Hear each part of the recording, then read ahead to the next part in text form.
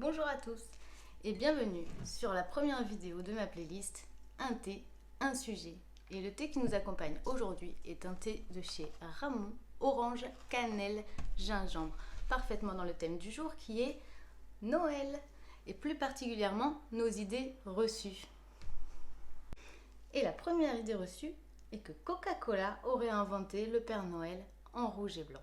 Eh bien c'est faux. La première représentation du Père Noël en rouge et blanc est bien différente d'une autre car c'est un lutin qui représente Saint-Nicolas et qui est dessiné dans les années 1838 par Robert Ware.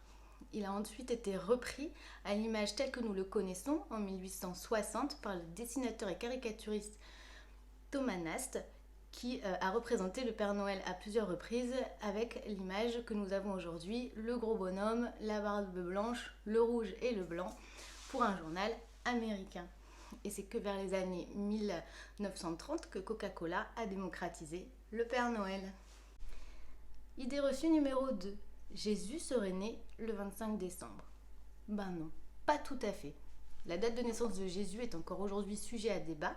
Ce serait dans les années 354 que les chrétiens, et plus particulièrement le pape Liber, qui aurait choisi la date du 25 décembre, qui est la date d'un culte païen, mais aussi d'une fête romaine, le Sol Invictus, qui veut dire soleil invaincu et qui n'est autre que la date du solstice d'hiver, et qui représente donc les jours qui rallongent.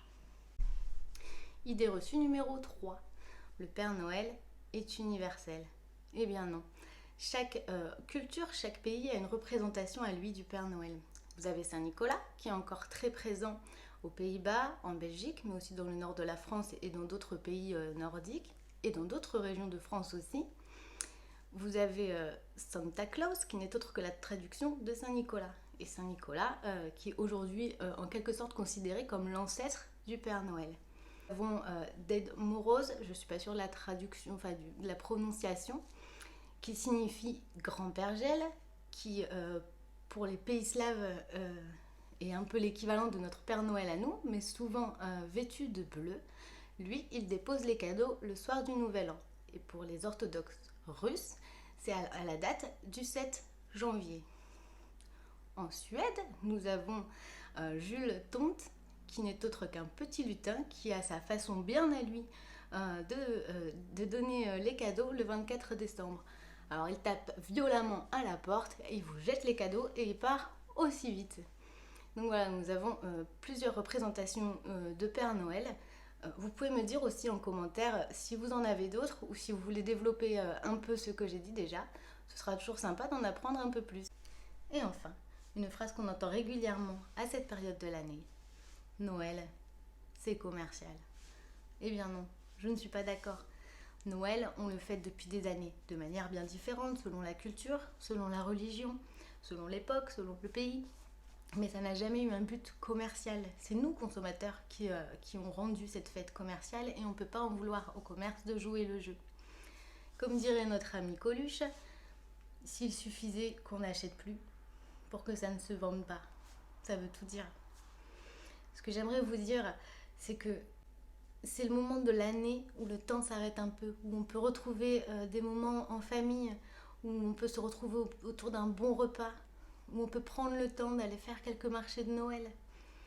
Et c'est surtout un moment de l'année où vous pouvez faire tomber votre masque, que vous soyez riche ou pauvre, ministre ou ouvrier, homme ou femme, vous pouvez enfin faire tomber ce masque d'adulte et retrouver l'âme d'enfant. C'est les jours où il fait sombre très vite et pourtant vous avez juste à déambuler dans les rues pour avoir toute cette lumière qui rend la période tellement lumineuse. C'est une période où il fait froid et pourtant il suffit de sentir cette odeur de cannelle, de chocolat chaud, de vin chaud, ces gros pulls de Noël, le plaid, et ça rend cette période bien plus chaleureuse que le reste de l'année. Alors s'il vous plaît, regardez Noël avec vos yeux d'enfant et vous verrez que Noël, c'est beaucoup plus magique que commercial. Je vous laisse là-dessus. Et surtout, n'hésitez pas aussi à me dire en commentaire votre vision de Noël et toutes les petites infos que vous avez de Noël. Ça pourrait être très intéressant aussi d'avoir votre point de vue. Je vous dis à très vite.